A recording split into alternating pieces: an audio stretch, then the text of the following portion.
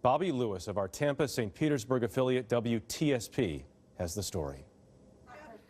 Of the United States of America. This kindergarten classroom is full of cute kids. For which it stands. But the boy in the wheelchair stands out. It makes me really happy, and I know he's in a really great place here. Jake Garza is short on words, but not on confidence. You are awesome, baby. You are totally awesome. 5 years old, full of smiles, and one big surprise 2 weeks ago. Oh, it was totally unexpected. We had no idea he knew it. None at all. Born with cerebral palsy, one-word mumbles were normal for Jake, until he shocked his family, reciting the entire Pledge of Allegiance for Dad, a man who understands the power behind those words. I was just so proud. And the same emotion I'm displaying now is, excuse me, is exactly how I felt. Oh, it melts my heart. Totally melts my heart. This is Jake's school aide, Cheryl Cunningham. Just because I'm so proud of what he's accomplished, and because of Dad being in the military, I'm gonna cry. Then my son just went into boot camp myself. So it's huge. Huge because it's rare. To the flag of the United States of America. We tried to get Jake to say the pledge again. And he wrapped it up just right. I definitely have it tattooed on my arm. But for a dad who wears American ink, symbolizes freedom. Having this pledge saved to watch on demand beats any other way. Can I say hell yeah? You can. Yeah. You can say that. So, I mean, yes, as a dad, I mean, he's my son. For CBS News, Bobby Lewis, St. Petersburg, Florida. And it will be a place both of reflection, a place of memorial. Plans this big. Captain Mike, can I have you for a minute? Don't come together overnight. Today's the 10th. Every calendar in the Narcosis dive shop points to the same long-awaited moment. The placement's going to happen the week before. Joyce Hanasek owns Narcosis, a place that loves red and white almost as much as red, white, and blue. My father is a disabled vet from the Vietnam War. I spent 13 years in the military. Nearly everyone here has a military past, which is why the next dive might already be their favorite. I'm absolutely looking forward to this. Welcome to a very exciting day here in Pinellas County, the state of Florida, and frankly for the country. In February 2018, a small ceremony put a face to the mission. The Circle of Heroes will include 24 of the statues that you will soon see behind us. 3, 2, 1. 4 statues were unveiled. Military men. People are going to come to see this. Joyce was there, emotional, after seeing the life-size figures for the first time. They're incredible. The detail, look at this. The detail is incredible. All faces. I can't wait to show these pictures to my father. Destined for the deep. I can't wait to take some veterans out here, especially the guys who've been injured in battle. The wait is over for Boat Captain Mike Fox, a Navy man who served in Desert Storm. Just memories. You know, my dad served, my son's about to serve. This is important stuff. It's important to Sean Campbell, too, a 13-year Army vet and combat medic. Roll clear behind you, Sean. Hold it up. Roll clear.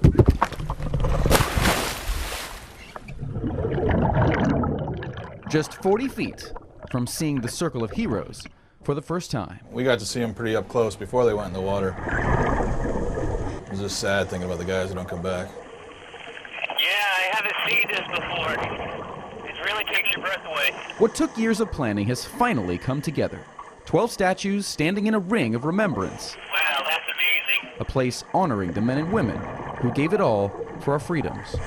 At first I was just kind of really impressed with everything, and I was enjoying the statues. They try to represent everyone and give everyone their proper respect that they do deserve. And I think it's a really moving thing in this environment. It was tough to get it done. And now it's done, so God bless the people who did it. That was amazing. It was definitely hits you at home when you see it just like that. You know, especially Especially the Soldier's Cross, you know, really hit me. I had to take a minute and remember the people who couldn't be here enjoying this like I could. So it was beautiful.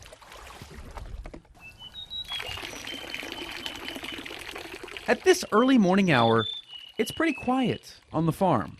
Dade City is slowly waking up. Well, I'm kind of a new breed of farmer. But not Steve Melton.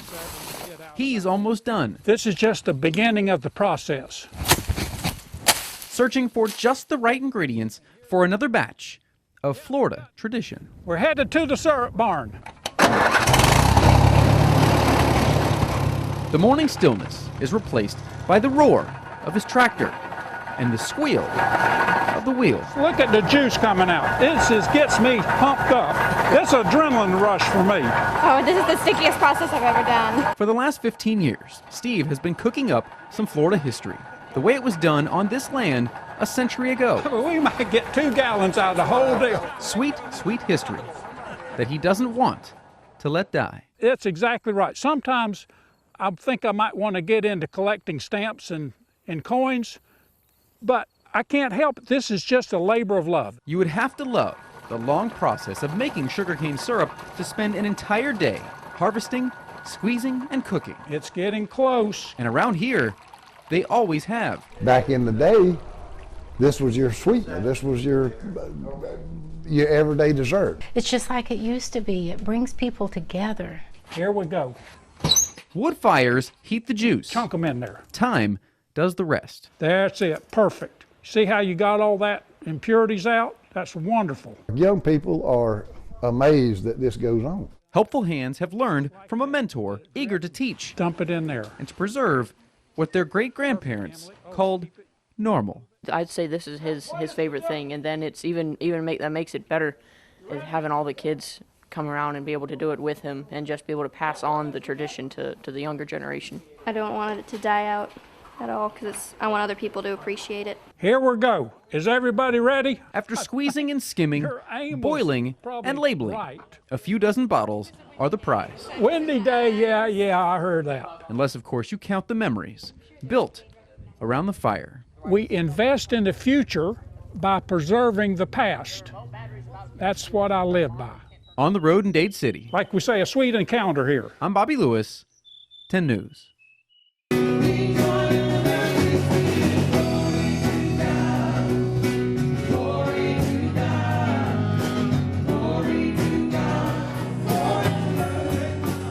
The sound of singing rises to the steeple from people who mean every word. We have our own third world here in the United States, and it's homelessness. For most of us, that's a struggle. Most of us can be hard. At the intersection of need and hope, scared to death, the homeless draw strength. Why should I stop trusting God now?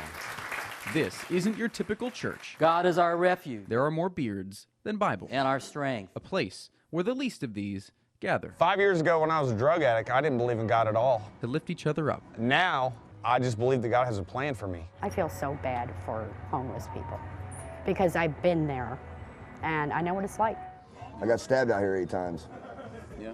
Punctured a hole in my spleen and my lung. 31 staples and 11 stitches.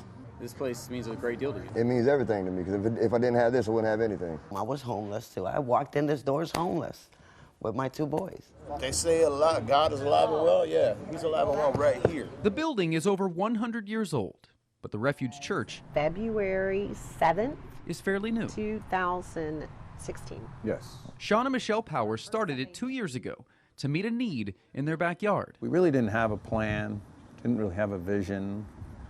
Just sharing the love of Jesus was really our only vision. And it's working. My mother, who's a retired federal judge, claims that I'd be dead if I never met Sean Powers. Is she right? Very likely. Where would I be? Probably another statistic and dead. If it wasn't for this place, I'd have probably been nowhere. Open the eyes of my heart, Lord Jesus. Open the eyes of my heart. Everything runs on donations. Wednesdays are Bible studies and laundry days. We all have those hurts, and we all have the desire for things to be better. Homeless volunteers keep everyone behaving. I feel if I don't come here, my mind's going to totally start thinking about the negative. I just got to town about a week ago. I've been coming since, and like I said, they're helping me get my stuff to get a job. I mean, they've helped me out with clothes, bikes to get to work. So we're starting over on the street, and they're helping us quickly get off the streets. Even though every one of us got our own problems and addictions or issues, you know, when you step on these grounds, it doesn't matter what you are or what your problem or your habit is. When you're here, you're family. All we want as human beings is for somebody to love us. That love is so unconditional for them because they haven't had that in so long. The refuge has helped the evicted. I was homeless but never helpless. And addicted. I'm trying to remain clean and sober for the rest of my life. This building, if you didn't have it, what would your life be like? Probably hell. It's an outreach that's far-reaching. I mean, usually when you visit other churches, everybody's paying attention to what you're wearing and what you're doing and how did it go and blah, blah, blah. No, you're here to praise God. That's it. Come as you are. Suffering does not occur because our faith is weak. Sundays look different here. And anybody that wants to tell you that, you can tell them to take a hike. All right, yeah. They sound a little different, too. Let's go ahead and circle up now. But maybe that's a good thing. It's my family. It certainly is, for the least of these. And all the people said, amen. The refuge renewed my faith. It's not my time schedule, it's the Lord's. In Clearwater, I'm Bobby Lewis. All right, have a blessed week. 10 News. Fran Stanton has waited her entire life for a thrill like this. Because I'm crazy. 100 miles per hour in a plane almost as old as she is. This is a 1941 Boeing Stearman. Decades ago, this plane trained World War II pilots. Back when Fran was a teenager. Are you proud of her? Oh, you bet. I saw this and I thought that'd be cool. Snoopy and the Red Dragon, you know. It's nice to be able to see them have something that they've never had in their whole lifetime. Keith Carver is manning the control, like he's done hundreds of times on this 75-year-old bird. As many flights as I go, it's absolutely wonderful every time I go. She said she was a little nervous, but she's doing great. Oh, yeah. After 8 quick minutes cruising the clouds, Fran returns to Earth, so the man she loves can finally take his turn. Should I do it? Sure, go for it. 96 years, Dick Stanton watched from the ground, wondering what it was like up there. You can see the Gulf of Mexico, Tampa Bay. You can see the skyscrapers down in Tampa. It's a very good experience. Who's more brave, you or your husband? My husband, definitely. The trip was organized by their retirement community, the one where they met and married 2 years ago. It was a big thrill then. Today, they added another together. Every day is special, but this is really special. Yeah. Extra special. On the road and loose. Everybody should be a kid at heart. I'm Bobby Lewis, 10 News.